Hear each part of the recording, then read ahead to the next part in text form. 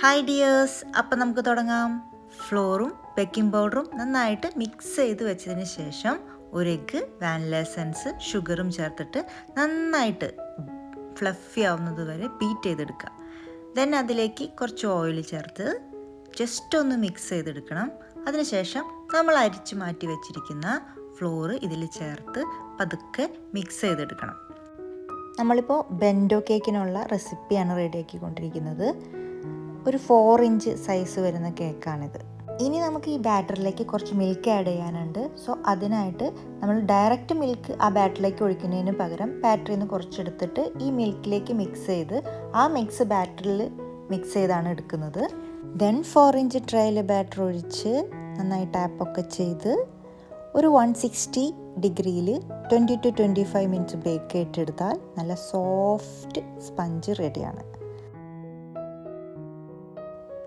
ഇനി നമുക്ക് ഫില്ലിങ്സിനായിട്ട് chocolate ganache ഉണ്ടാക്കണം. അതിനായിട്ട് ചോക്ലേറ്റ്സ് കട്ട് ചെയ്തെടുത്ത് ക്രീമിലേക്ക് ചോക്ലേറ്റ്സ് ഇട്ട് ഡബിൾ ബോയിൽ ചെയ്തിട്ട് മെൽറ്റ് ചെയ്തെടുക്കുക.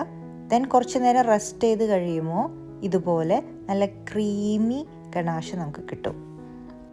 പിന്നെ അതിനോടൊപ്പം നമുക്ക് വേണ്ടത് നല്ല ഫ്രഷ് സ്ട്രോബെറീസ് ആണ്. അപ്പോൾ അത് നന്നായി കഴുകി കട്ട് ചെയ്തെടുക്കണം. ഇതെല്ലാം സെറ്റാക്കി കഴിഞ്ഞാൽ നമുക്ക് കേക്ക് ഫ്രോസ്റ്റിംഗ് സ്റ്റാർട്ട് ചെയ്യാം.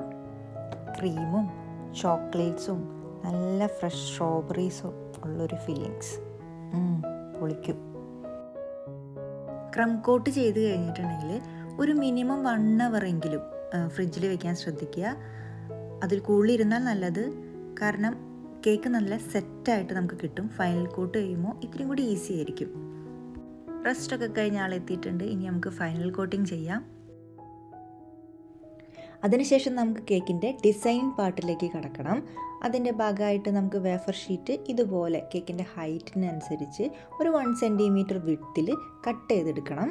നല്ല ക്ഷമയും ടൈമും വേണ്ട പരിപാടിയാണിത്. കട്ട് ചെയ്തെടുത്ത ഓരോ ഷീറ്റും ഇതുപോലെ കേക്കിലേക്ക് നമുക്ക് വെച്ച് കൊടുക്കാം. ഇനി ഇതിൻ്റെ ഇടയിൽ നമുക്ക് കുറച്ച് ഫ്ലവേഴ്സ് ഫില്ല് ചെയ്യാനുണ്ട്. അപ്പോൾ നമുക്ക് ഏത് കളർ ഫ്ലവേഴ്സ് വേണമെങ്കിലും എടുക്കാം നമ്മുടെ ഡിസൈൻ അനുസരിച്ച്. ഇനി കുറച്ച് സ്ട്രോബെറീസും കൂടി വെച്ച് കൊടുത്താൽ നമ്മുടെ കേക്ക് വേറെ ലെവലായിട്ട് മാറും. സ്ട്രോബെറീസിൻ്റെ മേലെ മഞ്ഞ് പോലെ പൗഡേർഡ് ഷുഗറും കൂടി വിതറിയാൽ നമ്മുടെ കേക്ക് റെഡി. എങ്ങനെയുണ്ട്? ഇഷ്ടമായോ?